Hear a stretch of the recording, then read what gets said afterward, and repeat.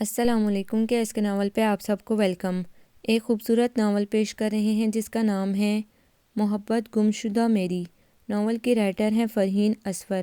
چلیے چلتے ہیں ناول کی جانب۔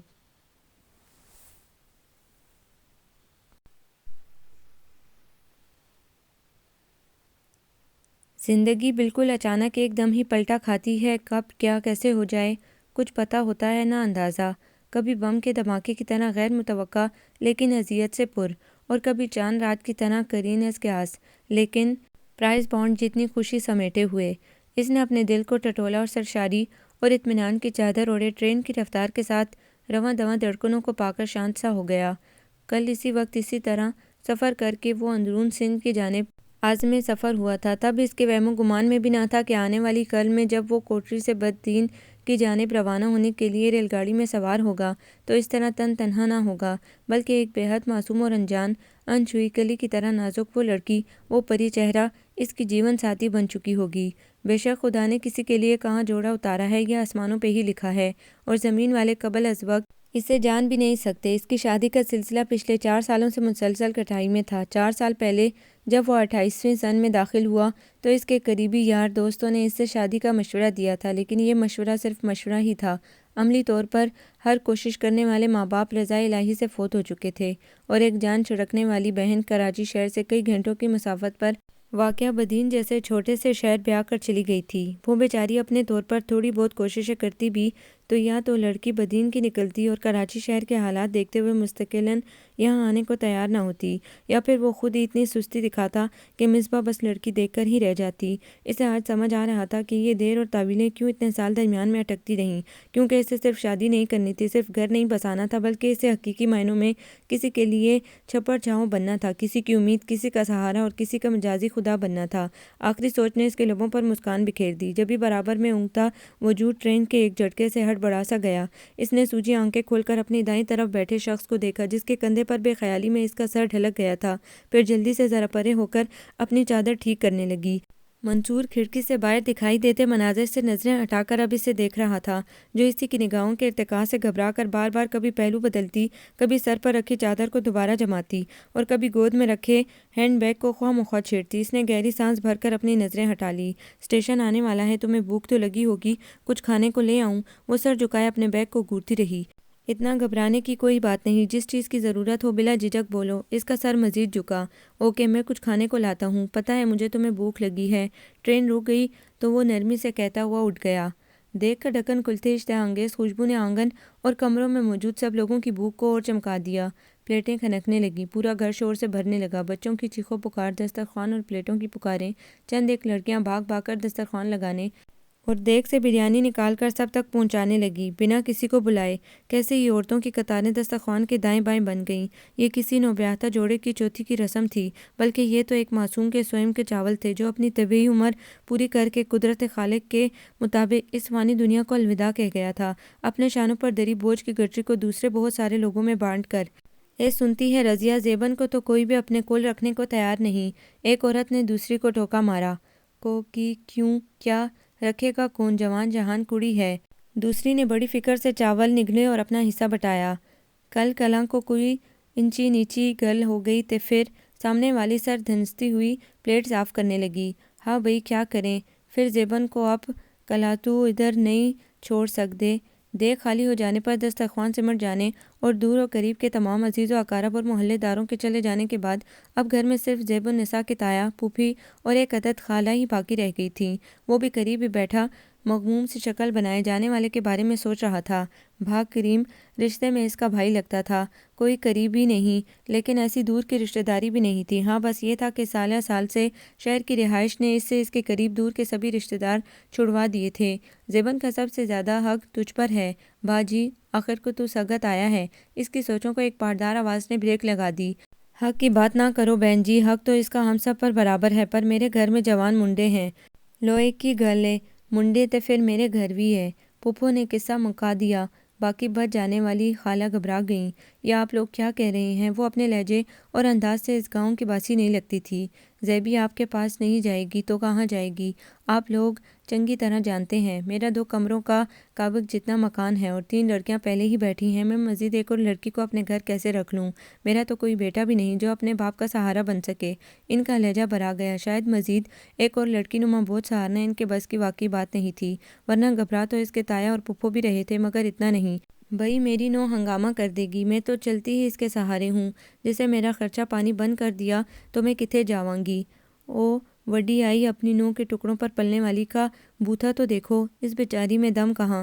کل تک تو کہہ رہی تھی کہ گد سے پکڑ کر نکال باہر کروں گی، وہ اور گل تھی جب میرا مرد کماتا تھا، اب نہیں تو کیوں نہیں لے جاتا اپنے ساتھ؟ پھوپھی تنک گئی، معاملہ بگڑنے لگا، شور بڑھنے لگا، بات کہیں سے کہیں نکلنے لگی تو اس نے مداخلت کر دی۔ آپ لوگ اس طرح آپس میں لڑیں تو مت، دیکھیں زیب النساء کے بارے میں بھی سوچیں، اس کا غم بہت بڑا ہے، اگر آپ اس کا غم بانٹنے کے بجائے آپس میں اس طرح تکرار کریں گے، اسے بہت سمجھ کر ایک دوسرے پر ڈالنے کی کوشش کریں گے تو اس کے دل پر کیا گزرے گی؟ محفل میں اچانک ہی سناٹا چھا گیا، حاضرین محفل نے یوں چونک کر اس کی طرف دیکھا جیسے آپ سے پہلے وہ نظر ہی نہ آیا تھا۔ اس نے سلیمانی ٹوپی پہن رکھی تھی جو اب اچانک ہی اتار دی تھی۔ دیکھو بھاؤ، یہ ہمارا آپسی معاملہ ہے، آپ نہ بولو۔ تاؤ نے اپنے ابال کو کم کرتے ہوئے بمشکل سے آرام سے منع کیا، یہ صرف آپ کا نہیں زیب النساء کا بھی معاملہ ہے۔ اس نے دروازے کی چوکھٹ پکڑ کر نڈال کھڑی زیب النساء کو دیکھا جو آنکھوں میں آنسو بھرے پوری جان سے کانپتی اپنی قسمت کے فیصلے کی منتظر تھی۔ وہ اپنے تایا پھپھو اور خالہ کے بیچ میں ایسی شٹل کاک بن گئی تھی جیسے کوئی بھی اپنے کوٹ میں گرنے نہیں دینا چاہتا تھا۔ اس نے ایک گہری نگاہ اس معصوم بے زبان لڑکی پر ڈالی، پیلے پپڑی زدہ ہونٹ آنسوں سے بھیگ گئے تھے، موتیوں کی شفاف لڑیاں چہرہ بھگوتی گریبان میں گر رہی تھیں، بڑی بڑی آنکھوں میں حزن کے ساتھ خوف بھی صاف نظر آتا تھا۔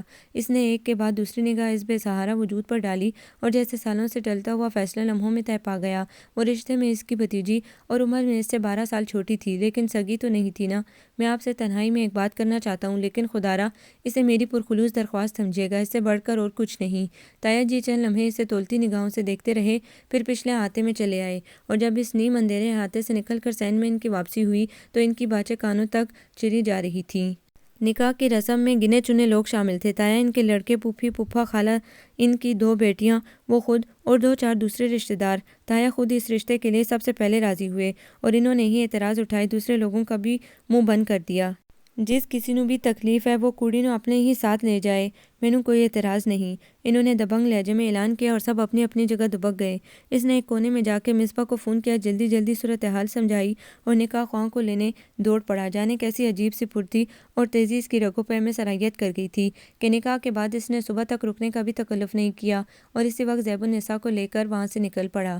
زیب النساء کو تو پتہ نہیں، لیکن جب ٹرین نے بدین ریلوے اسٹیشن کے پلیٹ فارم کو چھوا تو جیسے ایک سکون سا اس کے روم روم میں اتر کر اسے پوری طرح شانت کر چکا تھا۔ قریبی مساجد سے اذانوں کی آوازیں آ رہی تھی۔ اس نے ایک ہاتھ میں زیبی کا بیگ اور دوسرے سے اس کا سرد ہاتھ تھام لیا۔ نیند آنکھوں سے کوسوں دور تھی، یادوں کا ریلا اتنی تیزی سے آیا کہ اس کی بے خبر نیند کو اپنے ساتھ بہا کر دور لے گیا۔ اور آج کی رات یہ کوئی انوکھی بات نہیں تھی۔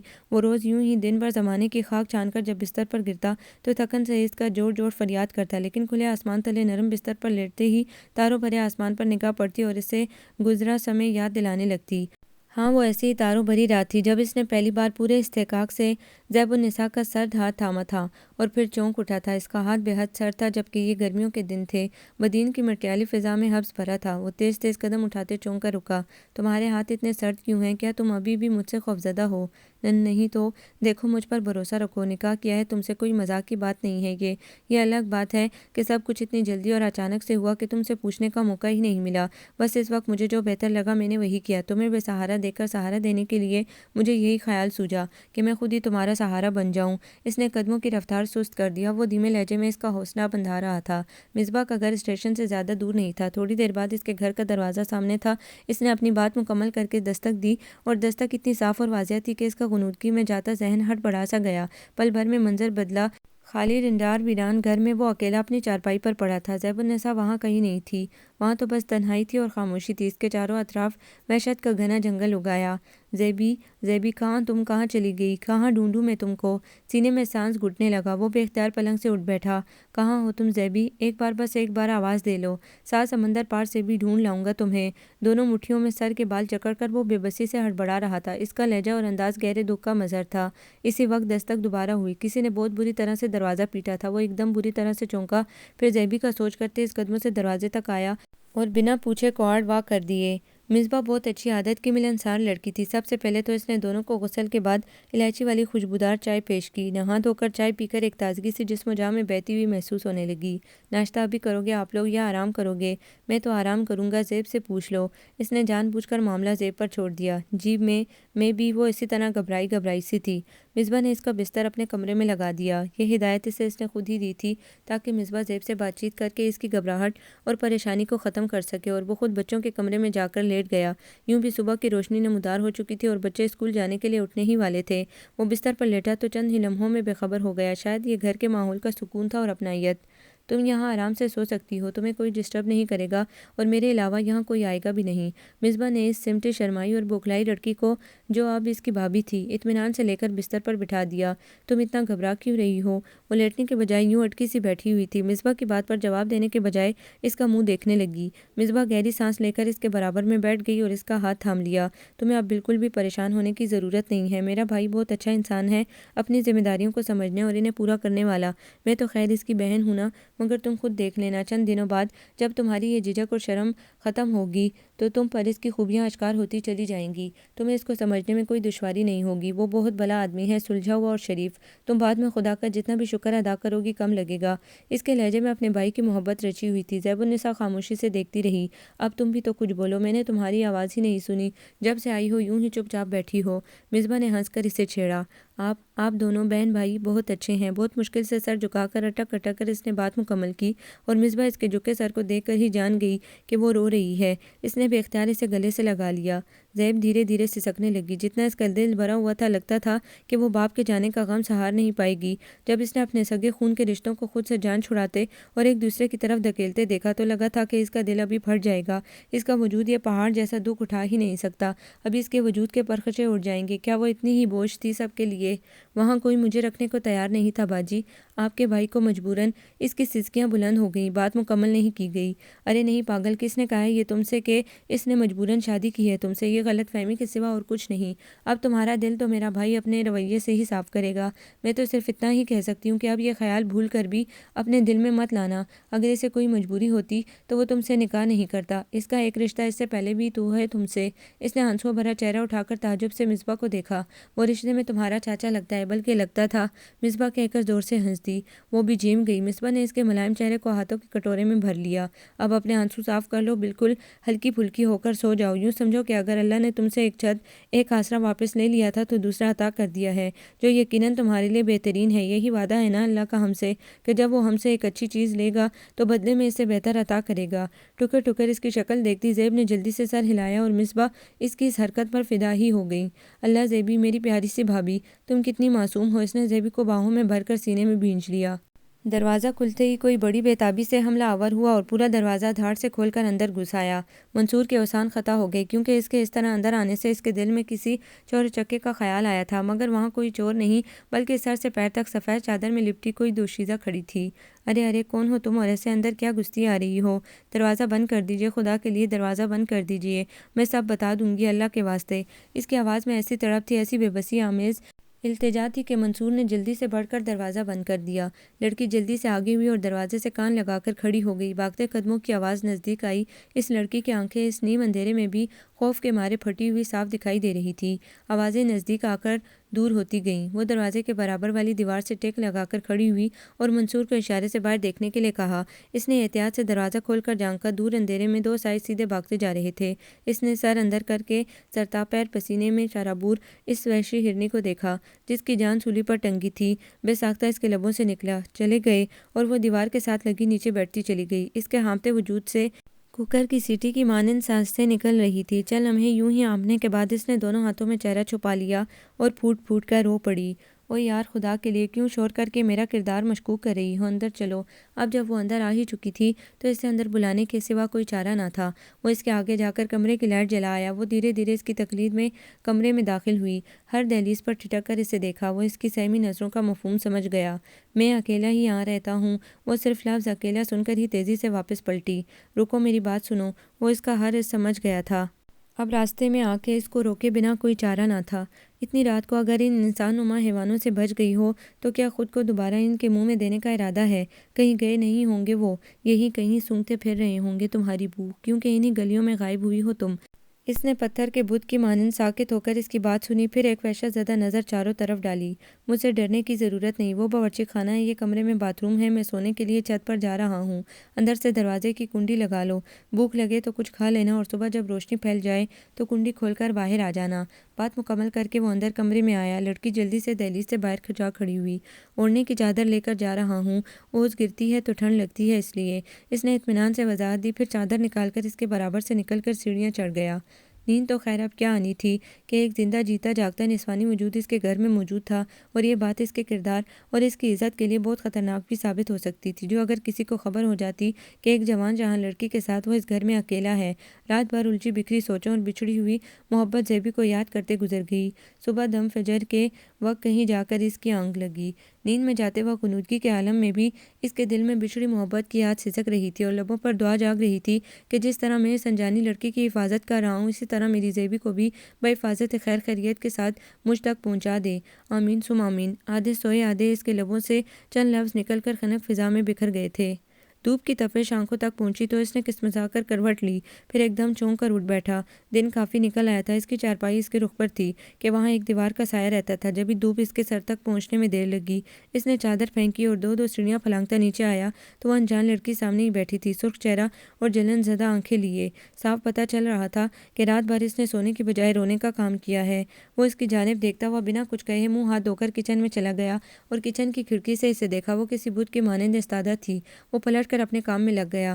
جب سینکے ہوئے سلائس اور چائے کی ٹرے لے کر باہر نکلا تب بھی وہ یوں ہی ساکت تھی۔ لو ناشتہ کر لو۔ وہ جیسے کسی خواب سے جاگی، پھر بدک کر پیچھے ہوئی۔ کیا ہوا؟ مجھے تو یہی ناشتہ بنانا آتا ہے، مجھے ناشتہ نہیں کرنا، خدا کے لیے مجھے میرے گھر چھوڑ آئیں۔ وہ بری طرح سسک اٹھی۔ گھر تک جانے کے لیے بھی تو کچھ توانائی چاہیے، اس نے دانستہ گھر کہاں ہے؟ تم کون ہو؟ رات میں کیا ہوا؟ جیسے سوالوں کو نظر انداز کر دیا تھا۔ وہ جانتا تھا ذرا دیر بعد جب وہ اس کے اوپر ذرا برابر بھی بھروسہ کرے گی تو خود ہی سب کچھ بتا دے گی۔ لو کھا لو، شاباش۔ دیکھو اب تمہیں یقین آ جانا چاہیے کہ میں تمہیں کوئی نقصان پہنچانے والا نہیں۔ اب کے بارش نے سنجیدگی سے کہہ کر مکھن لگے ہوئے توست اس کے سامنے رکھے اور ساتھ میں باپ اڑاتا چائے کا مگ بھی۔ پی لو، میں بہت اچھی چائے بناتا ہوں، تھوڑا کھاؤ گی پیو گی تو جان آ جائے گی۔ میں جانتا ہوں تم نے کئی گھنٹوں سے کچھ نہیں کھایا۔ اس نے اندھیرے میں بالکل نشانے پر تیر دے مارا۔ وہ پھر سے رونے کی تیاری پکڑ ہی رہی تھی کہ اس نے پھر روک دیا۔ بہن یہ رونے کا سین اب ختم بھی کرو، جلدی ناشتہ کر لو اس سے پہلے کہ میری آواز سن کر کوئی آ جائے آس پڑوس سے۔ اس نے سو سو کرتے سلائس اٹھایا اور کترنے لگی۔ چائے بھی پی لو اور یقین کرو بخدا اس میں کوئی نشہ آور ملاوٹ نہیں ہے۔ وہ دھیرے دھیرے لقمے حلق سے اتارنے لگی۔ وہ کنکھیوں سے دیکھتا رہا۔ ناشتہ خاموشی سے اختتام تک پہنچا۔ اور پیو گی چائے؟ اب کی بار اس کا لہجہ اپنائیت لیے ہوئے تھا۔ جواب حسب توقع نفی میں تھا۔ اوکے میں تو پیوں گا، مگر پلیز تم رونا مت، تم سے نہیں بنواؤں گا۔ وہ خرامہ خرامہ برتن اٹھا کر چلا اور آواز لگاتا گیا، جا کے وہ سامنے بیسن سے ہاتھ منہ دھو لو۔ اٹھو شاباش، یہاں بیٹھے بیٹھے زندگی نہیں گزرے گی۔ پتہ نہیں اب میری زندگی گزرے گی بھی یا ایک کی جگہ ٹھہر جائے گی۔ مرے مرے انداز میں اٹھ کر اس نے بیسن تک جاتے ہوئے سوچا، دل ایک بار پھر دھاڑے مارنے کو کر رہا تھا۔ مصباح اور زیبی میں چند گھنٹوں میں دوستی پروان چڑھ گئی۔ وہ سو کر اٹھا تو باہر سے بچوں کی ہنسی اور باتوں کی آواز آ رہی تھی۔ یقیناً زیبی بھی جاگ چکی تھی۔ بچے اسے باہر نکلتا دیکھ کر شور مچاتے ہوئے آئے اور ٹانگوں سے لپٹ گئے۔ باہر کچے سین میں دھوپ پھیل گئی تھی۔ کمرے اور برآمدہ ٹھنڈا تھا اور پورے ماحول میں دودھ پتی کی خوشبو پھیل رہی تھی۔ اس نے بچوں کو پیار کیا اور گہری سانس بھر کر آواز لگائی، بہت بھوک لگی ہے مصباح، فٹافٹ ناشتہ لے آؤ۔ لا رہی ہوں بھئی، تمہارے انتظار میں زیب نے بھی ناشتہ نہیں کیا ہے، حالانکہ کب سے اٹھی ہوئی ہے۔ میں نے کتنی بار کہا لیکن۔ اس نے مسکراتے ہوئے آملیٹ آمیزہ فرائی پین میں ڈالا اور گرم پھلکا اتار کر قریب رکھا، اصلی گھی اس پر مل دیا۔ واہ واہ، مزہ آ گیا۔ اصلی گھی اور چائے کی خوشبو نے پوک چمکا دی تھی۔ اس نے زیب کے برابر میں ہی پیڑھی کھینچ لی۔ حیرت انگیز طور پر زیب آرام سے بیٹھی رہی۔ لاؤ بھئی، مجھے تو چائے نکال کر دو، صبر کرو، آملیٹ کے ساتھ کھاؤ نا، یہ لو۔ مصباح نے آملیٹ ایک ہی پلیٹ میں نکال کر دونوں کے آگے رکھ دیا۔ ایک ہی پلیٹ میں روٹی تھی۔ زیب دھیرے دھیرے نوالے توڑنے لگی۔ مصباح نے یقیناً ان دونوں کے درمیان موجود تکلف کی دیوار ڈھانے کے لیے ہی اس طرح کیا تھا۔ مصباح چائے سامنے رکھ کر کسی کام سے اٹھ کر باہر نکل گئی۔ اس کے جاتے ہی منصور نے ایک لقمہ بنا کر زیب کی طرف بڑھا دیا۔ زیب بری طرح جھیم گئی، پھر لقمہ منہ میں ڈال لیا۔ منصور نے 3-4 بار یہی کیا، ایک نوالا خود کھایا، ایک اس کی طرف بڑھا دیا۔ زیب شرمائی ہوئی کھاتی رہی۔ پھر زیب نے اس کا بڑھایا ہوا لقمہ اپنے ہاتھ میں لے کر اس کی طرف بڑھایا۔ یہ یقیناً اجنبیت سے مانوسیت کی طرف بڑھتا ہوا پہلا قدم تھا۔ منصور تو اس حرکت پر نہال ہی ہو گیا، مگر جیسے ہی اس نے منہ کھولا، زیب نے آہستگی سے نوالا اپنے منہ میں رکھ لیا۔ منصور ہونک ہو گیا اور زیب اس کی طرف دیکھ کر دبی دبی آواز میں ہنس دی۔ وقت کے لمحات میں بہتی زندگی نے ایک نظر رک کر انہیں دیکھا اور آہستگی سے آگے بڑھ گئی۔ یہ یقیناً ایک محبت بھری زندگی کی طرف بڑھتا پہلا قدم تھا اور زیب کی ہنسی نے بتایا تھا کہ اس کا مسکراتا چہرہ زندگی کو گلزار بنانے کی طرف بڑھتا پہلا قدم ہے۔ نام کیا ہے تمہارا؟ منہ ہاتھ دھو کر اس کی شکل کافی معقول نکل آئی تھی۔ ذہنی حالت بھی سنبھل چکی تھی جب اس نے جواب میں بل بل آنسو بہانے کے بجائے شرافت سے جواب دیا، کرن۔ تو کرن بی بی، اب مجھے الف سے بے تک ساری کہانی سناؤ۔ میں کوئی سوال نہیں کروں گا، کون ہو، کہاں سے آئی ہو، اور کل رات جو ہو رہا تھا وہ کیوں ہو رہا تھا۔ میں اپنی خالہ کے یہاں آئی تھی رہنے اور سمندر دیکھنے۔ ایک دن خالہ کی بیٹی کے ساتھ بازار گئی اور وہاں میں کھو گئی۔ اس کی ضبط کی انتہا یہیں تک تھی۔ رونا بند کرو، اس طرح بات نہیں ہو سکتی۔ پھر کیا ہوا آگے؟ اتنی بڑی لڑکی ہو، کھوتے تو چھوٹے بچے ہیں۔ رکشا پکڑتی گھر واپس چلی جاتی۔ مجھے گھر کا راستہ نہیں پتہ تھا، میں پہلی بار کراچی آئی ہوں۔ چائے کا گھونٹ اس کے حلق میں اٹک گیا۔ کسی نے نوکدار چھری دل کے بہت اندر تک کہیں اتار دی۔ وہ یک ٹک اس کی شکل دیکھے گیا۔ وہ خود بھی تو کم و بیش ایسے ہی حالات کا ڈھسا ہوا تھا۔ اس کا بھی تو کوئی اپنا، کوئی پیارا، وہ معصوم نادان اور انجان لڑکی جسے اپنے بازوں کا سہارا دے کر دنیا میں جینے کا آسرا دیا تھا، ایک خوشیوں بھری زندگی کے خواب دکھائے تھے۔ وہ خواب سارے وقت کے ہاتھوں چکنا چور ہو چکے تھے۔ ان ٹوٹے خوابوں کے سنگریزے دن رات اس کا جگر چھلنی کرتے تھے۔ وہ بے چینی سے سر پٹکتا، بال نوچتا، بے حال ہوا جاتا، لیکن کہیں سے کوئی سراغ نہیں ملتا تھا۔ قریب و دور کے سب جاننے والوں نے، عزیز رشتہ داروں، یہاں تک کہ آفس کولیگز کے پاس اس کی تصویر تھی، اور اس نے کس طرح دل پر پتھر رکھ کر یہ کام کیا تھا یہ وہ خود ہی جانتا تھا۔ صرف پولیس میں رپورٹ لکھوانے سے اس نے سختی سے انکار کر دیا تھا اور سب کو بس ایک ہی تاکید کی تھی، اپنے اپنے طور پر جس سے جس طرح بھی بن پڑے معلومات کرواؤ۔ نہ کوئی فون نمبر تھا، نہ کوئی نشان پتہ۔ خدا جانے اسے زمین کھا گئی تھی، آسمان نگل گیا تھا۔ وقت کا بے رحم سیل رواں اپنی تلاطم خیز موجود میں اس معصوم کلی کو کہاں بہا لے گیا تھا، اور وہ اس سے دور ہوئی تھی تو یوں کہ اپنے پیچھے اپنا نقش پا بھی ریت پر پڑے نشانوں کی مانند مٹاتی چلی گئی تھی۔ میں نے کوشش کی تھی ایک رکشے والے کو پتہ سمجھانے کی، وہ اس کے حالت سے بے خبر بول رہی تھی۔ وہ چونک کر اپنے دھیان سے نکلا، لیکن جس جگہ کے بارے میں کچھ معلوم ہی نہیں، بھلا اس جگہ کا کیا بتاتی کسی کو۔ وہی ایک عورت نے بھانپ لیا کہ میں یہاں نہیں ہوں۔ وہ مجھے گھر بھجوانے کا بہانہ کر کے اپنے ساتھ لے گئی، 2 دن اپنے پاس رکھا اور پتہ نہیں کیسے کیسے عجیب عجیب لوگوں سے مجھے اپنا رشتہ دار کہہ کر ملواتی رہی۔ دوسرے روز رات میں میری آنکھ کھلی تو میں نے چھپ کر اس کی باتیں سن لی۔ وہ بے شرم عورت مجھے اب کی بار اس کی آواز میں یوں تڑپ تھی، وہ آب بکا تھی کہ منصور کو اپنا دل کسی پاتال میں اترتا محسوس ہونے لگا، اور کچھ جاننے کی ضرورت نہ تھی، وہ بری طرح بلک رہی تھی۔ منصور نے تعصب آمیز انداز میں پانی کا گلاس اس کی طرف بڑھایا۔ پانی پی کر اس کے دل کو ذرا کی ذرا سکون ملا۔ اور یہ آدمی کہاں سے تمہارے پیچھے لگے؟ اسی کے گھر سے۔ میرے پاس کچھ سامان تو تھا نہیں، خالی ہاتھ اسی رات کے اندھیرے میں نکلنے لگی تو ایک منحوس نے مجھے دیکھ لیا، لیکن وہ غلط کام کرتے تھے، اس لیے شور تو مچا نہیں سکتے تھے۔ جتنی دیر میں ایک دوسرے کو جگا کر میرے پیچھے نکلے، اتنی دیر میں کافی آگے نکل آئی، پاگلوں کی طرح بھاگتی رہی اپنی جان اور عزت بچانے کے لیے۔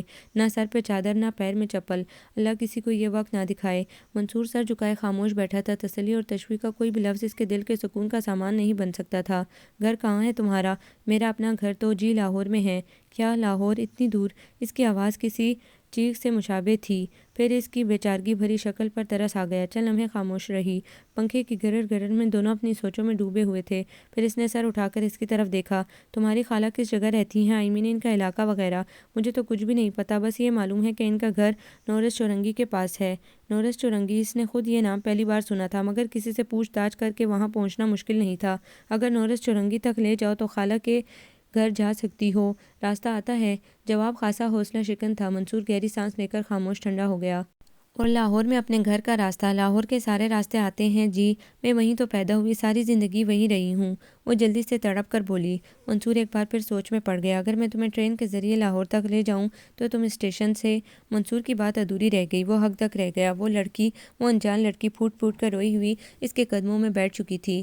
ارے یہ کیا کر رہی ہو؟ اٹھو بھائی۔ نہ چاہتے ہوئے بھی منصور کو اسے قدموں سے تھام کر اٹھانا پڑا۔ میں آپ کا احسان زندگی بھر نہیں بھولوں گی۔ خدا آپ کو سکھی رکھے۔ آپ مجھے میرے ماں باپ کے پاس بھیج دیں۔ اللہ آپ کو اس کا اجر دے گا۔ منصور نے اس بلکتی ہوئی لڑکی کو ترحم اور گداز سے دیکھا۔ اس کا اپنا دل بے طرح بھر بھر آ رہا تھا۔ اس کے چہرے میں اسے کسی اور کا چہرہ دکھائی دے رہا تھا۔ روتا بلکتا دہائیاں دیتا۔ یہ میرا تم پر کوئی احسان نہیں ہوگا بہن، یہ تو ایک نیکی ہوگی جس کے بدلے میں شاید میرا اللہ مجھ کو میرا بچھڑے ہوئے سے ملا دے۔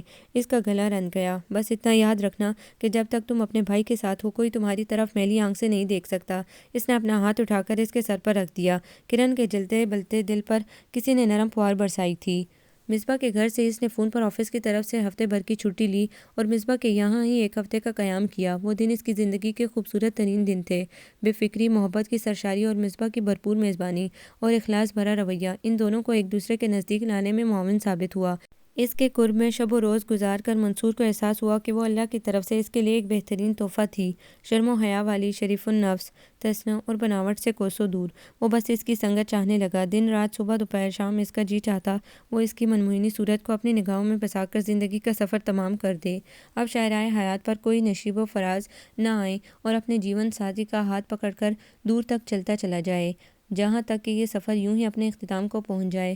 وہ کتنے نرم اور میٹھے انداز میں بولتی ہے، وہ کتنی دھیمے سے ہنستی ہے اور وہ کتنی جلدی ڈر جاتی ہے۔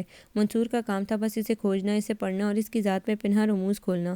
اس نے خود کو اس کی ذات تک محدود کر لیا تھا، خود میں سمو لیا، جذب کر لیا تھا۔ اس کی پسندیدگی محبت میں ڈل کر سب دوریاں پار چکی تھی، اجنبیت اور تکلف کی تمام دیواریں گرا چکی تھی۔ وہ سرتاپا اس کی ہو چکی تھی، تن سے، من سے، دل سے، زبان سے، دماغ سے اور اپنے ہر عمل سے چپکے چپکے اسے جتاتی رہتی تھی کہ وہ جتنا پیار اس سے کرتا ہے وہ خود بھی اس دوڑ میں اس سے پیچھے نہیں ہے۔ یہاں تک کہ ایک ہفتہ اپنے اختتام کو پہنچا اور ان لوگوں نے کراچی کے لیے رخت سفر باندھا۔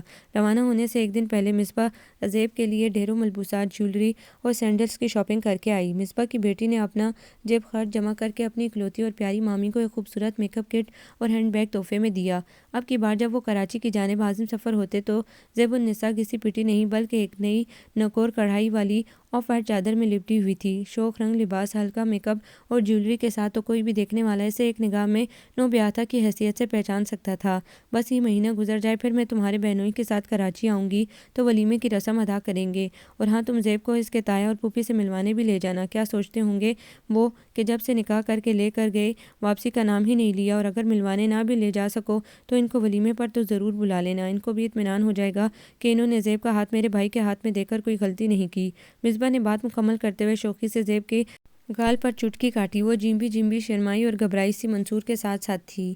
خالہ، یہ میری ایک دوست کی بہن ہے، لاہور میں رہتی ہے۔ ناشتہ اور بات چیت کے فوراً بعد وہ اسے لے کر محلے میں رہنے والی ایک بزرگ خاتون کے پاس لے آیا۔ جو بھی تھا وہ بہرحال اسے اپنے گھر میں نہیں رکھ سکتا تھا کیونکہ یہ کسی بھی لحاظ سے ٹھیک نہیں تھا، نہ شرعی نہ معاشرتی۔ خالہ نے پتہ نہیں اس کی بات پر یقین کیا تھا یا نہیں، بہرحال ان کے چہرے سے کچھ اندازہ نہیں ہو سکا۔ انہوں نے محبت بھرے انداز میں اس کے سر پر ہاتھ پھیر کر اسے اپنے پاس بٹھا لیا اور تسلی دی کہ جتنے دن وہ یہاں رہے گی اسے گھر کو اپنا گھر سمجھنے میں کوئی دشواری نہیں ہوگی۔ بھائی، آپ تو مجھے لاہور لے جانے کا کہہ رہے تھے، وہ کب؟ اسے بات ختم کر کے دروازے کی طرف بڑھتا دیکھ کر وہ بے قراری سے آگے آئی۔ لے جاؤں گا، فکر مت کرو، نوکری پیشہ آدمی ہوں، آفس میں بتانا پڑے گا، چھٹی بھی لینی پڑے گی نا۔ اس نے تسلی بخش انداز میں اسے دیکھا لیکن وہ ابھی بھی امید و بیم کی کیفیت میں تھی۔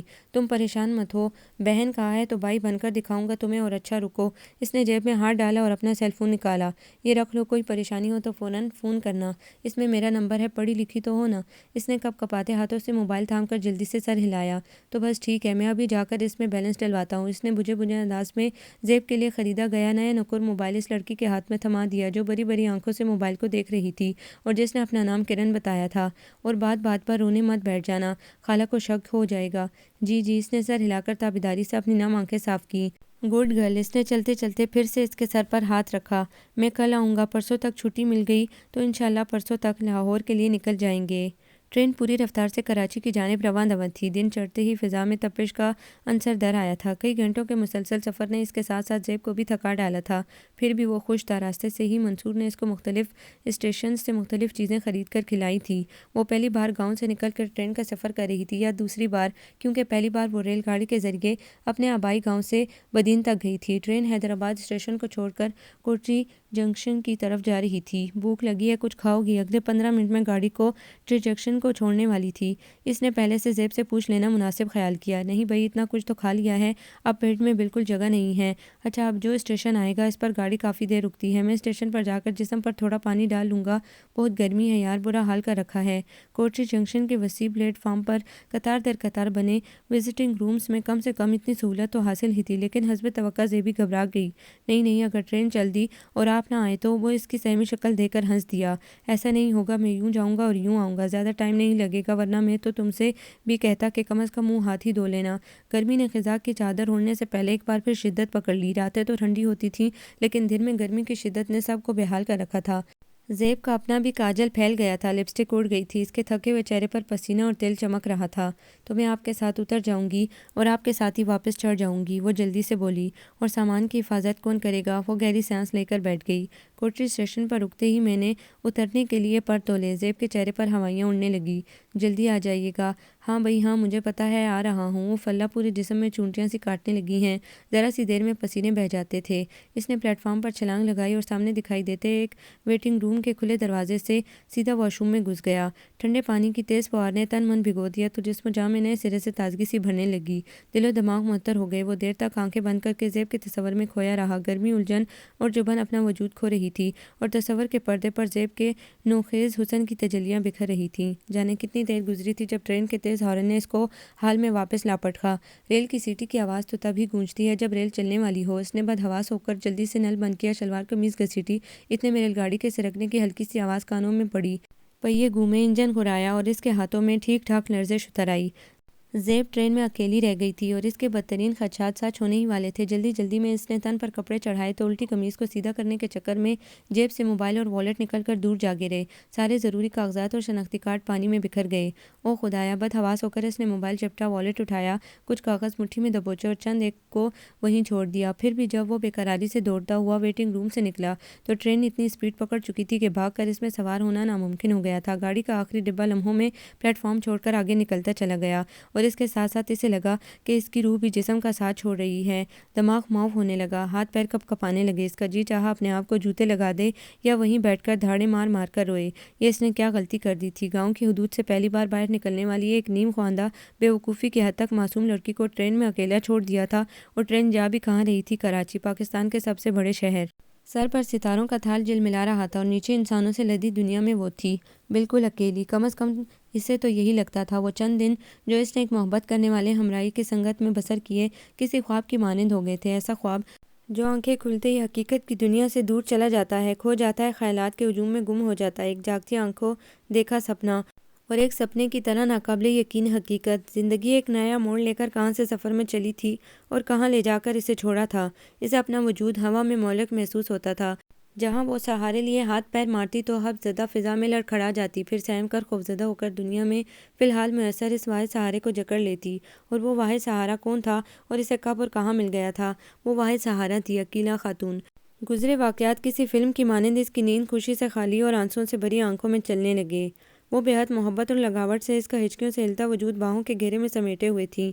جیسے جیسے ٹرین نے رفتار پکڑی تھی، اس کا دل بے قابو ہو کر سینے کی دیواریں پاڑ کر باہر نکلنے لگا تھا۔ چہرے پر خوف و ہراس نے پھیل کر اس کی شکل بگاڑ دی تھی۔ جبھی بوگی کی اگلی سیٹوں سے ایک عورت اس کا چہرہ بانپ کر اس کے پاس آئی تھی۔ کیا ہوا بیٹی؟ انہوں نے اتنا ہی پوچھا تھا کہ سہمی سہمی سسکیاں اس کے لبوں سے آزاد ہونے لگی۔ یہی عقیلہ خاتون تھی۔ ارے تم بالکل فکر مت کرو، تمہارا شوہر تو کراچی کا رہنے والا ہے نا، میں خود ڈھونڈ لوں گی اس کو، تم کیوں فکر کرتی ہو؟ کچھ نہیں ہوگا۔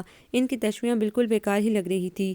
میلے میں کھوئے ہوئے بچے کی طرح وہ وحشت اور ہراس بھری نگاہوں سے بھیڑ میں اس اپنے کو تلاش کر رہی تھی جس کی انگلی اس کے ہاتھ سے چھوٹ گئی تھی۔ دیکھو میں خود لاہور میں رہتی ہوں، لیکن جب تک تمہیں تمہارے خاوند کے حوالے نہیں کروں گی تب تک تمہیں یوں ہی اکیلا نہیں چھوڑوں گی۔ ارے میری بیٹی، مجھ پر بھروسہ تو کرو۔ وہ اسے پچکارتی رہیں، بہلاتی رہیں، یہاں تک کہ اس کے اڑے اڑے دل کو ذرا کی ذرا قرار آ گیا۔ گپ اندھیری رات میں ایک روشنی کی کرن چمکی اور وہ اٹھ کر اسٹیشن ماسٹر کے کمرے کی طرف دوڑ پڑا۔ دیکھیں ٹرین اپنے اسٹارٹ سے ہی آلریڈی 3 گھنٹے لیٹ تھی، اس لیے دابیجی، جمپیر اور جھنگ شاہی جیسے چھوٹے اسٹیشن پر نہیں رکے گی۔ اب ٹھیک 2 گھنٹے بعد کراچی سٹی اسٹیشن پر ہی ٹرین رکے گی۔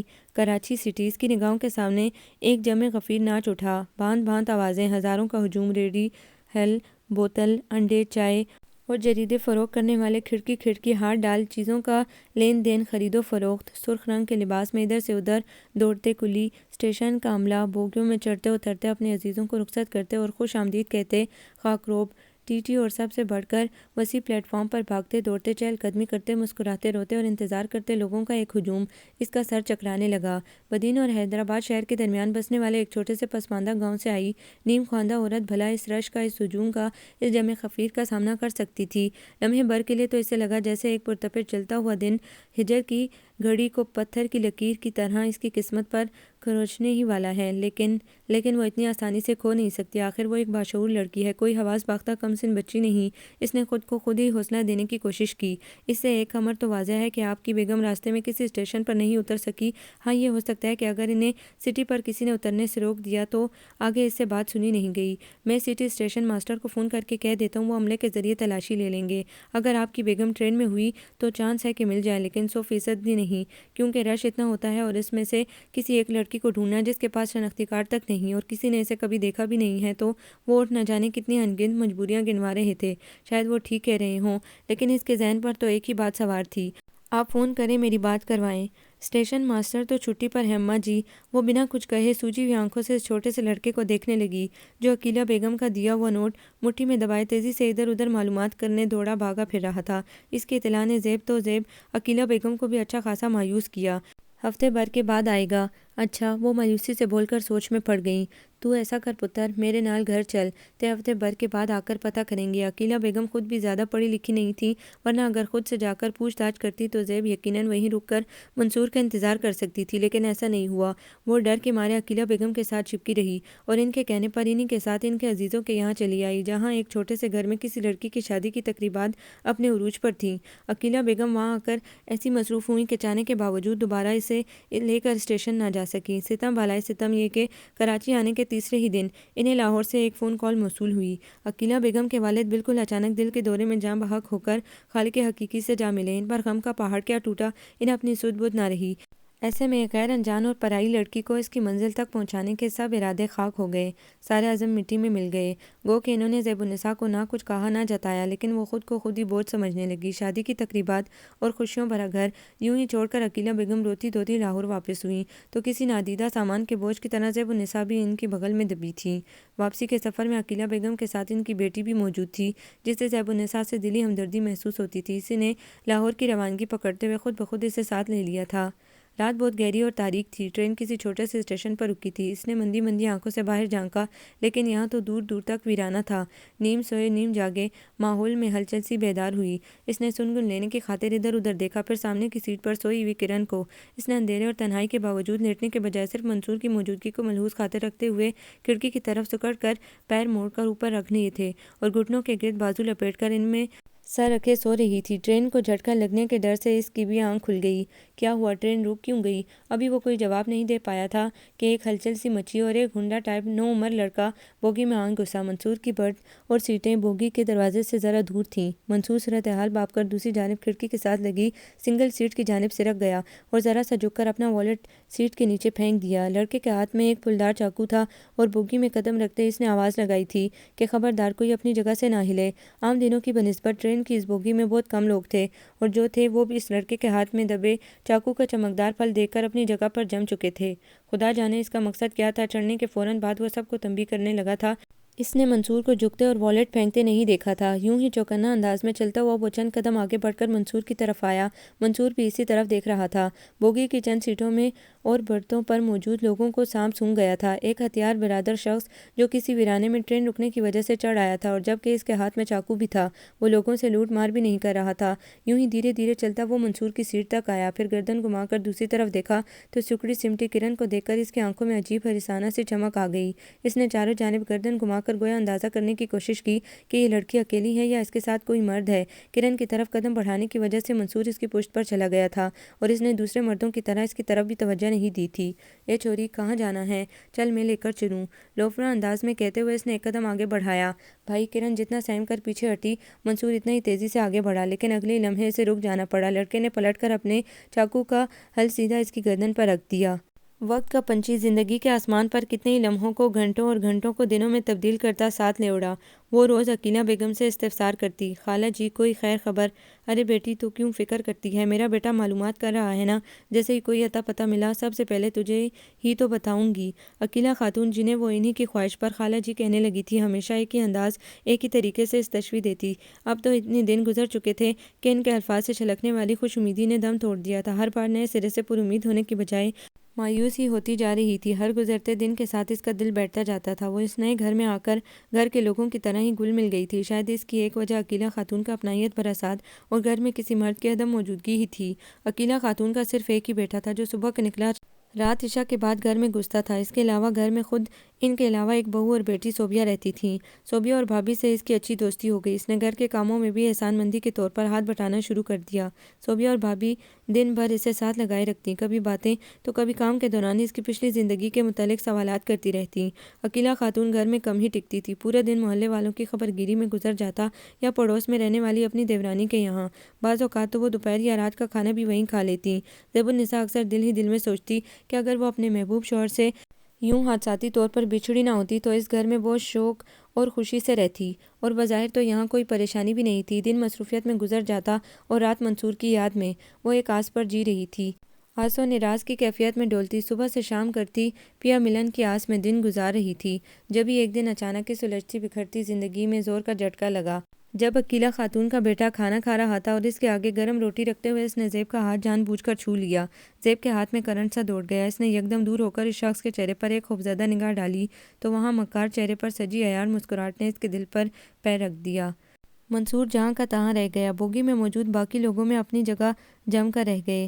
کوئی مائی کا لال اپنی جگہ سے نہیں ہلے گا۔ اس نے سب کو رکتے دیکھ کر ایک بھڑک لگائی، پھر منصور کے گلے پر ہاتھ رکھے رکھے دوسرا ہاتھ کرن کی طرف بڑھایا۔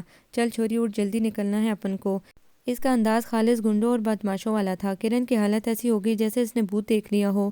اس نے جلدی سے نفی میں سر ہلا کر خود کو کھڑکی کی طرف اور سمیٹ لیا۔ اوئے سنا نہیں تو نے؟ کرن کو کھڑکی کی طرف گھستا اور نفی میں سر ہلاتا دیکھ کر وہ لمحہ بھر کے لیے اس کی طرف مڑ کر گھرایا۔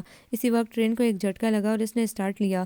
یوں ہلکا سا جھٹکا لگنے سے وہ جو کرن کی طرف مڑا تھا معمولی سا لڑکھڑا دیا اور منصور کو جیسے اسی موقع کی تلاش تھی۔ لمحہ بھر کی بات تھی۔ اس نے اپنی گردن پر رکھا چاقو والا ہاتھ چشم زدن میں بری طرح مروڑ کر ایک جھٹکا دیا اور ہاتھ کو اس لڑکے کی پشت سے لگا دیا۔ ٹرین چلنے سے ڈبوں میں جو تھوڑی سی لڑکھڑاہٹ پیدا ہوئی ہے وہ منصور کی بھرپور معاون ثابت ہوئی۔ اس نے لڑکے کو یوں ہی ہاتھ مروڑ کر آگے کی طرف دوہرا کیا اور زور سے آگے کی طرف دھکیل دیا۔ لڑکے کے ہاتھ سے چاقو چھوٹ کر زمین پر جا گرا۔ بدماش لڑکا دھکیلے جانے پر کرن اور اس کے سامنے والی سیٹ کے درمیان گرا۔ کرن نے اس کو گرتے دیکھ کر زوردار چیخ ماری۔ لڑکا زمین پر گر کر سرعت سے پلٹا، لیکن منصور ہوشیار تھا۔ اس نے لڑکے کو دھکیلتے ہی زمین پر گرا اس کا چاقو اٹھا لیا۔ لڑکا جس تیزی سے زمین پر گر کر پلٹا تھا اتنی تیزی سے وہیں ساکت ہو گیا۔ سامنے ہی منصور ہاتھ میں چاقو پکڑے کھڑا اسے اٹھنے کا اشارہ کر رہا تھا۔ لڑکے نے دھیرے سے کھڑے ہو کر ایک طائرانہ نگاہ سب کی طرف ڈالی۔ اس کے پاس کی سیٹوں پر بیٹھے لوگ ابھی بھی یوں ہی ساکت تھے، کسی نے ان پر جادوئی اسم پڑھ کر پھونک دیا ہو۔ ٹرین نے دھیرے دھیرے رفتار پکڑ لی تھی، لیکن ابھی بھی اپنی فل اسپیڈ پر نہیں آئی تھی۔ یوں بھی سب کچھ یوں اچانک ہوا کہ نہ اس لڑکے کو اور نہ کسی اور کو سمجھنے کا موقع ملا، اور منصور نے صورتحال قابو پا لیا۔ چلو جلدی باہر نکلو، ٹرین کی اسپیڈ بڑھ رہی ہے، جتنی جلدی کود جاؤ گے اتنی کم چوٹیں لگیں گی، شاباش۔ منصور نے بولتے ہوئے اسے گریبان سے پکڑ کر باہر کی طرف دھکیلا۔ لڑکے نے ایک لمحہ کینہ توز نظروں سے اسے گھورا اور پھر دھیمی رفتار سے آگے کو سرکتی ٹرین سے باہر چھلانگ لگا دی۔ منصور نے سر باہر نکال کر اندھیرے میں اسے کھوجنا چاہا، لیکن ناکام رہا۔ ٹرین لمحہ بلمحہ تیز ہوتی جا رہی تھی۔ اس نے چاقو بھی باہر فضا میں اچھال دیا۔ زندگی تو صحیح معنوں میں اب اس پر تنگ ہوئی تھی۔ اب تک تو صرف راستہ بھول جانے، بھٹک جانے، اپنے شوہر سے بچھڑ جانے کا غم تھا، لیکن اب اپنی جان کے بجائے عزت پر بات آئی تو پتہ چلا کہ سر سے سائبان چھین جانا کسے کہتے ہیں۔ وہ چونکی نگاہوں سے سارا وقت ادھر ادھر دیکھتی رہتی۔ اس کی حالت دن بدن بتدریج بدلتی چلی گئی، باتیں کم اور عجیب سی کیفیت زیادہ رہنے لگی۔ عقیلہ خالہ کا بیٹا سلیم اپنی ماں، بہن، بیوی کے لیے جیسا بھی ہو، لیکن اس کے لیے وہ صرف ایک مرد تھا، ایک ایسا مرد جس کی نیت صاف نہیں تھی اور جس کے لیے وہ بے حد آسان شکار اور بہت سی سہل ہدف ثابت ہونے والی تھی۔ ظاہری سی بات تھی، کون تھا اس گھر میں جو اپنے سگے خونی رشتے کو چھوڑ کر ایک بے آسرا لڑکی کی بات پر یقین کرتا؟ اس کو کسی پل چین قرار نہیں ملتا تھا۔ سلیم کے دفتر چلے جانے کے بعد وہ اپنے کمرے سے باہر نکلتی اور شام ڈھلے اس کی واپسی کے ٹائم واپس کمرے میں گھس جاتی، پھر کھانے کے لیے بلانے پر بھی نہیں جاتی اور دن بھر ہر دستک پر اس کا دل دھڑکتا رہتا۔ وہ مصیبت الگ کہ کہیں کسی روز سلیم دفتر سے جلدی چھٹی کر کے نہ آ جائے، اور چھٹی والا دن تو کسی بھوت کی مانند اس کے سر پر سوار تھا۔ چھوٹے سے 80-90 گز کے گھر میں وہ اس بدنیت انسان سے کتنا اور کہاں تک بچ سکتی تھی؟ دل چاہتا تھا خود کو اس کی ایک نگاہ غلط انداز سے بھی محفوظ کر لے۔ سوچ سوچ کر اس کی آنکھوں میں وحشت اتر آئی تھی اور نیندیں حرام ہو چلی تھی کہ لگتا تھا اس گھر سے دانہ پانی اٹھنے کے دن آ گئے ہیں۔ لیکن یہاں سے نکل کر قسمت اب اسے اور کہاں لے کر جانے والی تھی، کس گلی میں کس کے چوبارے پر پٹکنے والی تھی، کیا معلوم تھا؟ اس نے خود ہی حتی المکان سلیم سے بچنا شروع کر دیا تھا۔ رات کو بھی صوبیہ کے ساتھ سوتے ہوئے وہ اس وقت تک جاگتی رہتی جب تک صوبیہ نیند کے آغوش میں نہ چلی جائے، پھر خاموشی سے اٹھ کر دروازے کی کنڈی چڑھا لیتی اور فجر کی نماز پڑھ کر اتنا تڑپ تڑپ کر روتی کہ ہچکی بن جاتی۔ اس نے اپنی ہر دعا میں منصور کو مانگا تھا، اس کا رکھوالا، اس کا سہارا، اس کا ساتھی۔ اپنے خدا کے سامنے روز گڑ گڑا کر التجا کرتی کہ جس طرح بھی ہو منصور کو اس سے ملا دے، کہیں سے بھی کسی بھی طرح، اس سے پہلے کہ کسی انہونی کے ہو جانے سے اس کی عزت پر آنچ آ جائے یا اس گھر کے دور و دیوار لرز اٹھیں، کوئی الزام، کوئی بہتان اس کے کردار پر ہمیشہ کے لیے انمٹ داغ بن کر چمٹ جائے، اس سے پہلے وہ وقت آنے سے پہلے اس کی عزت کو اس کے محرم کے سپرد کر دے۔ جہاں وہ رو کر اپنی عزت بچانے کے لیے خدا کے حضور دعا کرتی، وہیں خدا نے کسی اور کی عزت کی رکھوالی اس کے خاوند کے سپرد کر دی تھی۔ ٹرین میں سوار باقی تمام لوگ اپنی منجمد کیفیت سے جا کر باہر نکلے اور منصور کو شاباشی دینے لگے۔ منصور کرن کے پاس آیا تو اس کی آنکھوں میں تشکر کے آنسو تھے۔ کچھ کہنے کی ضرورت نہیں، میں نے ابھی جو بھی کیا ایک بھائی ہونے کے ناطے میرا فرض تھا، اور بھائی اپنی بہنوں کی عزت کی حفاظت کر کے ان پر کوئی احسان نہیں کرتے بلکہ اپنا فرض ادا کرتے ہیں۔ اس نے ایک بار پھر جذب سے کہہ کر کرن کے سر پر ہاتھ رکھا اور آنکھیں بند کر کے دل سے دعا کی، یا اللہ میری زیب جہاں بھی ہو، جیسی بھی ہو، اس کی جان اور عزت کی حفاظت کرنا۔ وہ صبح بھی جانے کیسی عجیب سی صبح تھی۔ سلیم کو آفس بھیج کر بھابھی اپنا منہ سر لپیٹ کر پڑ گئی کہ سر میں درد ہے، اور عقیلہ خالہ جی کا دل بھی عجیب سا ہونے لگا تھا۔ صوبیہ کی اپنی کیفیت بھی کچھ بجھی سی تھی، پتہ نہیں کیا بات ہے، کسی کام میں جی نہیں لگ رہا۔ صوبیہ کئی بار کہہ چکی تھی، جس کا کبھی تو زیب نے چونک کر نوٹس لیا اور کبھی وہ اپنے ہی جہان میں کھوئی رہی۔ یوں بھی اب اس کا زیادہ وقت درود، آیت الکرسی اور وظائف کے ورد میں ہی گزر جاتا تھا۔ خود اپنی حفاظت کرنے کا ایک یہی طریقہ اس کی سمجھ میں آ رہا تھا۔ اس نے ڈھیلے ہاتھوں سے اپنے اور صوبیہ کے چائے کے کپ دھو کر رکھے اور باہر نکلی، تبھی دروازے پر زوردار دستک ہوئی۔ یا اللہ خیر، وہ کہتی ہوئی چپاک سے اپنے اور صوبیہ کے مشترکہ کمرے میں گھس گئی۔ کچن سے نکلتی صوبیہ نے بطور خاص اس کا ڈرنا اور گھبرانا نوٹ کیا، پھر جا کر دروازہ کھولا۔ تائی امی ہیں، اس کا چچا زاد 12 سالہ بھائی سامنے کھڑا تھا، بے حد گھبرایا ہوا۔ ہاں کیوں، کیا ہوا؟ جلدی سے آئیں، امی نے بلایا ہے۔ خالہ جی سن کر تیزی سے اٹھیں اور چپلیں پیروں میں اڑستی ہوئی برابر والوں کے یہاں لپکیں۔ خدا خیر کرے، صبح سے ہی دل عجیب سا ہو رہا ہے۔ صوبیہ عقیلہ خاتون کے جانے کے بعد دیر تک ذہن میں بیٹھی اپنی ماں اور زیب کے رویے کو یاد کرتی رہی۔ زیادہ تعجب اسے زیب کے اس طرح کمرے کی طرف بھاگ جانے پر تھا۔ بجائے جلدی سے دروازہ کھولنے کے وہ جا کر کمرے میں چھپ سی گئی۔ کیوں؟ کیا وہ ڈرتی ہے؟ کیا اسے یہاں بھی کسی سے خوف محسوس ہوتا ہے؟ سوال ہی سوال تھے اور جواب ندارت۔ اس نے سر جھٹک کر دروازے کی کنڈی لگانے کی بجائے صرف کنڈا سرکا دیا اور واش روم چلی گئی۔ چند ہی منٹ گزرے ہوں گے جب اس نے صحن میں ایک کونے میں بنے واش روم کے اندر کسی کے کنڈا سرکا کر اندر داخل ہونے کی آواز سنی، پھر خاموشی چھا گئی۔ کون آیا ہے اس طرح خاموشی سے بھلا؟ سوچتی ہوئی وہ ہاتھ دھو کر باہر نکلی تو اپنے کمرے سے وحشت زدہ سی زیب کو دیکھ کر حیران رہ گئی، مگر ابھی کوئی سوال بھی نہیں کر پائی تھی کہ اس کے پیچھے ہی سلیم باہر نکلا، جس کے لبوں پر عجیب سی مسکراہٹ تھی۔ صوبیہ کے پیروں کو زمین نے جکڑ لیا تھا۔ ایک سوچ اسے سام کے زہر کی طرح نیلو نیل کر گئی، کہیں زیب کے اس خوف کے پیچھے میرا اپنا بھائی تو نہیں؟ وہ اپنی جگہ جم سی گئی تھی۔ جب سلیم کی نظر اچانک اس پر پڑی، اس کے مسکراتے لب ذرا کی ذرا سکڑے پھر پھیل گئے۔ ڈر گئی تیری بہن صوبی، میں سمجھا تو ہے، میں نے تو ہاتھ پکڑ لیا۔ وہ بے ڈنگے پن سے ہنسنے لگا اور زیب اس کے گلے لگ کر سسک اٹھی۔ صوبیہ کے بازو بے جان انداز میں یوں ہی لٹکے رہے۔ وہ اپنے بھائی سے پوچھ بھی نہیں سکی کہ جس بہن کا پچھلے 20 سالوں میں کبھی ہاتھ نہیں پکڑا، آج کیوں؟ سلیم اسے یوں سنجیدگی سے کھڑا دیکھ کر کسیانہ سا ہو رہا تھا، تبھی دھاڑ سے دروازہ کھول کر خالہ اندر داخل ہوئیں۔ غضب ہو گیا وہ سلیمے، پروین کی لڑکی جو کراچی گئی تھی اپنے نانکوں کے یہاں، وہ اللہ ماری جنہیں کہاں کھو گئی۔ عقیلہ نے اپنے سینے پر 2 ہتھڑ مارے۔ صوبیہ اور زیب نے بے اختیار ہڑبڑا کر انہیں دیکھا تھا۔ دن پر دن گزرتے چلے گئے، اس کی واپسی اور ورثہ کی تلاش ایک قصہ پارینہ بن گئی۔ سب گھر والوں کو اپنے گھر کی لڑکی کی فکر پڑ گئی۔ برابر والوں کے یہاں سے عقیلہ خاتون کے دیور اور بھتیجا فوراً ہی کراچی روانہ ہو گئے، لیکن ان کی بہن نے ایک بڑی غلطی یہ بھی کی تھی کہ عقیلہ خاتون کی دیورانی اور اپنی بہن پروین کو اس کی لڑکی کی گمشدگی کی اطلاع دیر سے دی۔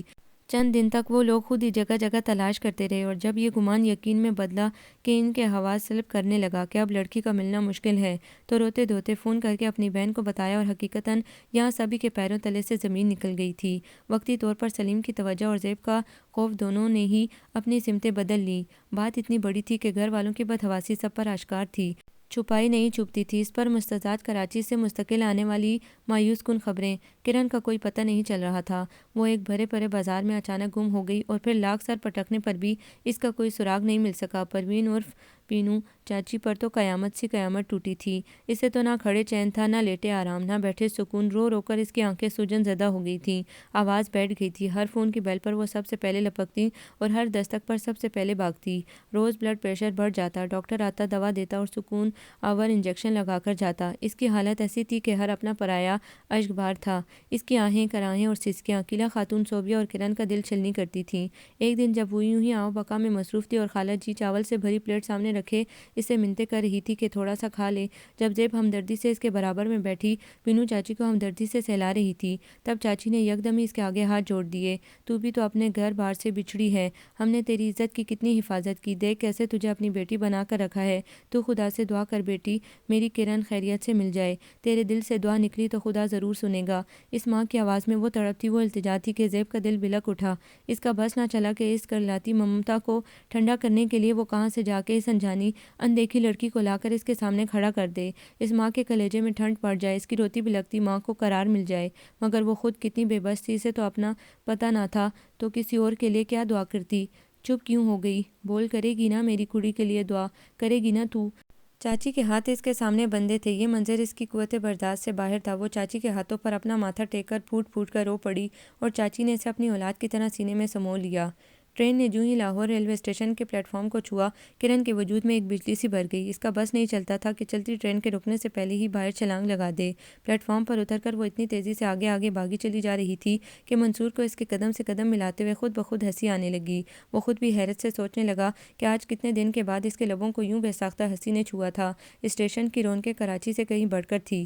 اگر کوئی بات الگ تھی تو صرف یہ کہ یہاں اردو بولنے والے کم تھے اور پنجابی بولنے والے کہیں زیادہ، اور پھر بولی بھی اتنی مہیج کہ کم از کم منصور کو نہ سمجھ آ رہی تھی، اور بولنے کا تو پھر سوال ہی پیدا نہیں ہوتا تھا۔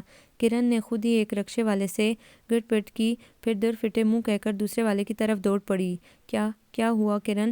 منصور اسے بھاگتے دیکھ کر بوکھلایا۔ ارے بہت پیسے بتا رہا ہے۔ اچھا، منصور زور سے ہنس دیا۔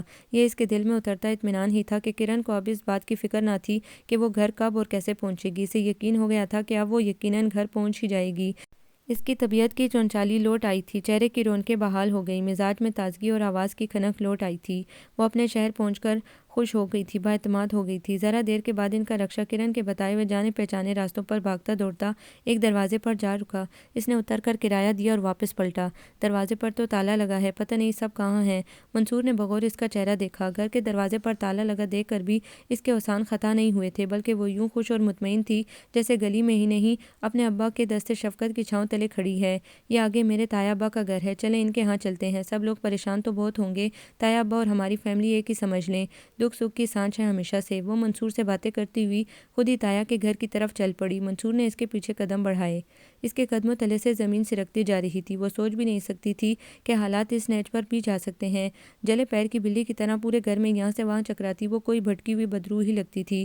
حالانکہ صوبیہ نے اشاروں کنایوں میں کئی بار اس سے اگلوانے کی کوشش کی کہ اسے یہاں کوئی پریشانی ہے، کوئی تنگی ہے، کوئی خوف ہے تو بتاؤ، لیکن وہ کچھ نہ بول سکی، کچھ نہیں کہہ سکی، بس بھری ہوئی آنکھوں سے ٹکر ٹکر اسے دیکھتی رہی، پھر سر جھکا دیا۔ اور اب یہ ایک نئی پریشانی کھڑی ہو گئی تھی۔ خالہ جی چاچی کے ساتھ کراچی جا رہی تھی، کیونکہ کرن کا کوئی اتا پتہ نہیں تھا اور چاچی کی حالت دن بدن بگڑتی جا رہی تھی۔ زیب نے سنا تو دل کیا کہ خالہ جی کے قدموں میں پڑ کر انہیں جانے سے روک لے، لیکن معاملہ اتنا سنگین تھا کہ وہ خود بھی چاہتے ہوئے بھی یہ بات نہیں کر سکتی تھی۔ وہ بیچارگی بھری نگاہوں سے انہیں سامان پیک کر کے جاتا دیکھتی رہی۔ اب گھر میں صرف وہ خود صوبیہ اور بھابھی تھیں، لیکن سن شکر کہ بھابھی نے کل سویرے ہی اپنے میکے چلے جانا تھا۔ سلیم بھی بیوی کے ساتھ اپنے سسرال چلا جاتا، پھر اس کی واپسی بیوی کے ساتھ ہی ہوتی، لیکن یہ تو ایک دن کا سکون تھا، آنے والے دنوں میں وہ کس طرح گزارا کرے گی، سوچ سوچ کر اس کی روح فنا ہوئے جاتی تھی۔ مزید ستم بھاوج نے یہ کہہ کر ڈھایا کہ اگر واپسی کا موڈ نہیں بنا تو سلیم اسے میکے میں چھوڑ کر واپس آ جائے گا، یعنی خالہ جی کے بعد ان کی بہو کی غیر موجودگی، پھر جتنے کم گھر کے افراد سلیم کی بدتمیزی کے لیے اتنی ہی راہیں ہموار۔ خدا خدا کر کے نینا کی پری نے اپنے آغوش میں سمیٹا تو صبح کافی دن چڑھے اس کی آنکھ کھلی۔ بھابھی اور سلیم جا چکے تھے۔ اس نے باہر نکل کر سب سے پہلے ان کی غیر موجودگی کا یقین کیا، پھر صوبیہ کے پاس کچن میں چلی آئی۔ صوبیہ کا سرخ چہرہ اس بات کا گواہ تھا کہ اپنی چچا زاد بہن کی گمشدگی نے اسے بھی بہت فکر مند کر دیا ہے۔ وہ خاموشی سے صوبیہ کا بنایا ہوا ناشتہ کرنے لگی۔ زیبی سنو ذرا، چائے کا آخری گھونٹ بھر کر اس نے سر اٹھایا تو صوبیہ چادر اوڑھے کھڑی تھی۔ میں ذرا وہ گلی کے نکڑ والی درزن کے پاس جا رہی ہوں، دروازہ اندر سے اچھی طرح بند کر لے۔ حسب معمول وہ بری طرح گھبرا گئی۔ تم اچھا کب آؤ گی واپس؟ صوبیہ نے بغور اس کی گھبراہٹ نوٹ کی۔ ڈرو مت، میں فوراً آ جاؤں گی، اور ہاں بھابھی اپنے میکے گئی ہے۔ اپنی بات کہہ کر وہ ذرا کی ذرا رکی۔ میرا ویر شام سے پہلے نہیں لوٹے گا۔ زیب کا منہ کھل گیا اور صوبیہ ایک زخمی مسکراہٹ کے ساتھ اسے دیکھ کر پلٹ گئی۔ دروازے کے اندر سے کنڈی لگا لو۔ صوبیہ چلی گئی اور وہ اس کے انتظار میں پورے گھر میں بے چینی سے چکرانے لگی۔ جانے کیوں اس اکیلے گھر میں اسے عجیب سی وحشت محسوس ہو رہی تھی۔ لمحہ لمحہ اس کا دل منصور کو یاد کرنے لگتا اور اس کے دل سے ایک آہ سی نکل جاتی، جانے کب اس ماحول سے، ان لوگوں سے، اور خاص طور پر اس منحوس سلیم سے میری جان چھوٹے گی۔ بے اختیار جھنجھلا کر اس نے خود کلامی کی۔ اسی وقت دروازے پر دستک ہوئی۔ وہ بے اختیار چونکی، پھر گہری سانس لے کر باہر کی طرف قدم بڑھائے اور تیزی سے جا کر دروازہ کھول دیا۔ دروازے پر اس کے اندازے کے بالکل برعکس صوبیہ نہیں تھی، بلکہ وہاں جو ہستی کھڑی تھی اس نے اس کا وجود سرتاپیر ہلا ڈالا۔ وہ برف کی سل میں ڈھل گئی، اس کے اندر ہلنے جلنے کی بھی سکت باقی نہیں رہی۔ بھلے بھئی بھلے، آج سورج کدھر سے نکلا تھا جو بوا کھلتے ہی چند نظر آ گیا؟ وہی لوفرانہ انداز تھے اور خبیث قسم کی چمک سے لبریز عیار آنکھیں۔ زیب کے قدموں میں لرزش اتر آئی۔ اس کا جی چاہا اس خبیث شخص کو دھکے دے کر باہر نکال دے یا پھر اسے راستے سے ہٹا کر خود باہر بھاگ جائے۔ وہ ان دونوں میں سے کسی بھی خواہش پر عمل نہیں کر سکتی تھی، بس اسے اندر داخل ہو کر دروازہ بند کرتے دیکھتی رہی۔ اوئے کی ہویا ہے؟ وہ پلٹ کر اسے وہیں جمع ہوا دیکھ کر چونکا، پھر ادھر ادھر دیکھ کر بولا، کیا گھر میں کوئی نہیں؟ زیب نے اپنی ہمت جمع کی اور اس کا چہرہ دیکھتی 2 الٹے قدم پیچھے ہٹی۔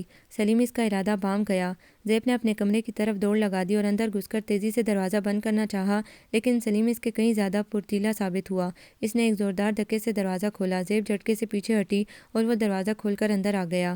زیب کے وجود پر لرزہ طاری تھا، جانے صوبیہ ابھی تک واپس کیوں نہیں پلٹی اور یہ اس وقت اتنی جلدی واپس کیسے آ گیا۔ ادھر اسے خوفزدہ دیکھ کر سلیم پوری طرح اپنے چہرے پر سے خود ساختہ شرافت کا ماسک اتار کر اس کی طرف بڑھا۔ آگے نہیں بڑھنا ورنہ میں شور مچا دوں گی۔ بے تحاشا شور مچاتے، دھڑ دھڑاتے دل کی دھڑکنوں کو وہ اپنے کانوں میں سن رہی تھی۔ ایک ایک پل کے بعد نگاہوں کے سامنے اندھیرا سا چھا جاتا تھا۔ شور مچائے گی تو کر لے شوق پورا، یہاں کون ہے جو تیرا شور سنے؟ وہ اور شیر ہو گیا۔ جانتا تھا کہ آج اس گھر تو کیا پڑوس میں بھی اس کی آواز سننے والا کوئی نہیں تھا، لیکن وہ بھول گیا تھا کہ انسان نہیں تو کیا ہوا، اس کا خالق تو موجود ہے، جو اوپر آسمانوں سے سب دیکھنے والا ہے، جو سب کا سب سے بڑا سہارا ہے، جو سب کی عزتوں اور عصمتوں کا رکھوالا ہے۔ سلیم اپنی شیطانیت کے زام میں اس پر حاوی ہوا ہی چاہتا تھا کہ دروازے پر دستک ہوئی۔ زیب کی رکتی ہوئی سانس کی نالی سے جیسے کسی نے پیر ہٹایا۔ سلیم کی نتوز نگاہوں سے اسے گھورتا ہوا پلٹا اور دروازے پر جا کر پوچھا، پھر تیزی سے دروازہ کھول دیا۔ جیسے ہی وہ پلٹ کر دروازے سے نکلا، زیب نے تیزی سے پٹ ہلا کر کنڈی چڑھائی اور تیز تیز سانس لیتی زمین پر بیٹھتی چلی گئی۔ یا اللہ مجھے بچا لے، مجھے بچا لے میرے خدایا! فریاد اس کے گھٹے ہوئے لبوں سے نکل کر آسمان کی طرح سفر کرتی رحمت الہی کو پکار رہی تھی، اور اس رب کی رحمت جوش میں آ چکی تھی۔ جبھی کسی لڑکی کی انجان آواز سن کر اس نے آہستگی سے کنڈی گرائی اور جری میں سے باہر جھانکا۔ سامنے کا منظر عجیب ناقابل فہم سا تھا۔ کوئی انجان لڑکی سلیم سے لگی رو رہی تھی۔ سلیم اس کا سر تھپک رہا تھا۔ زیب کو بے اختیار اس شخص سے گھن آتی۔ منافق، جھوٹا، دوغلا! اس کے دل نے کئی القابات سے بیک وقت نوازا۔ وہ لڑکی اب سلیم سے الگ ہو کر کسی اور سے متعارف کروا رہی تھی۔ وہ شخص جو سلیم کے سامنے کھڑا تھا اور سلیم کی پشت کی وجہ سے نظر نہیں آ رہا تھا، پھر سلیم سامنے سے ہٹا اور نوارد کو اشارے سے اندر چلنے کی دعوت دی۔ تب زیب نے اس کا چہرہ دیکھا اور اسے گمان ہوا کہ اس کی بصارتوں کو دھوکا ہوا ہے۔ اس نے زور زور سے آنکھیں مسلیں۔ نوارد نے اندر کی طرف قدم بڑھائے اور یوں ہی ایک نگاہ سامنے بند دروازے پر ڈالی۔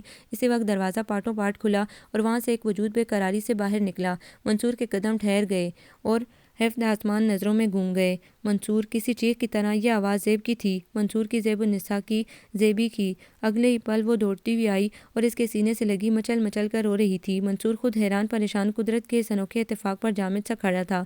اس کے بازوؤں کا گھیرا زیب کے گرد تنگ ہوتا گیا اور وہ تڑپ تڑپ کر روتی اپنی ہجر میں جلستے دنوں اور فراق میں رلتی راتوں کی سب کہانی کہتی چلی گئی۔ منصور پہلے حیران، پھر شکر گزار اور آخر میں بالکل پرسکون ہو گیا۔ اس کی گمشدہ محبت واپس مل گئی تھی۔ خدا نے اس کی عزت و عصمت کی حفاظت کی تھی جو یقیناً اس کی کسی نیکی کا صلہ تھا۔ سلیم بہت کچھ بھانپتے ہوئے سب سے پہلے وہاں سے رفو چکر ہوا۔ زیب نے اسے لا کر پانی پلایا، تسلی دی کہ اب تو منصور اسے مل گیا ہے، اب ڈرنے گھبرانے رونے والی کوئی بات نہیں تھی۔ چلو اندر چلو، سب سے پہلے میں کراچی میں اپنی خالہ کے گھر فون کروں گی، تمہارے سیل فون سے جو تمہارے میاں جی نے تمہارے کھو جانے کے بعد لیا تھا، اور وہ بھی خاص تمہارے لیے۔ پھر میں تمہیں بتاؤں گی کہ انہوں نے ایک بھائی کی طرح کس طرح میری مدد کی اور کتنا میرا خیال رکھا۔ کرن کسی بلبل کی طرح چہکتی انہیں اپنے تایا جی کے گھر کی ڈرائنگ روم میں لے جا رہی تھی۔ سلیم غائب تھا اور صوبیہ واپس نہیں آئی تھی۔ زیب نے ان کی طرف توجہ نہیں دی کہ اب اس کی ضرورت نہیں تھی۔ اس نے ایک بار پھر اپنے خاوند اور محبوب کو دیکھا اور اندر بڑھنے سے پہلے لاڈ سے اس کے کندھے پر سر ٹکا دیا۔ منصور، جس نے اب تک اس کا شرمیلہ روپ ہی دیکھا تھا، محبت کے اس مظاہرے پر سرشار ہو گیا۔ سر اٹھا کر آسمان کی طرف دیکھا۔ بے شک اللہ تعالیٰ بڑا رحیم ہے، وہ اپنے بندوں کو کبھی مایوس نہیں کرتا۔ آپ کو یہ ناول کیسا لگا؟ کمنٹس میں اپنی رائے ضرور دیں۔ ہمارے چینل کو لائک کریں، سبسکرائب کریں، شیئر کریں۔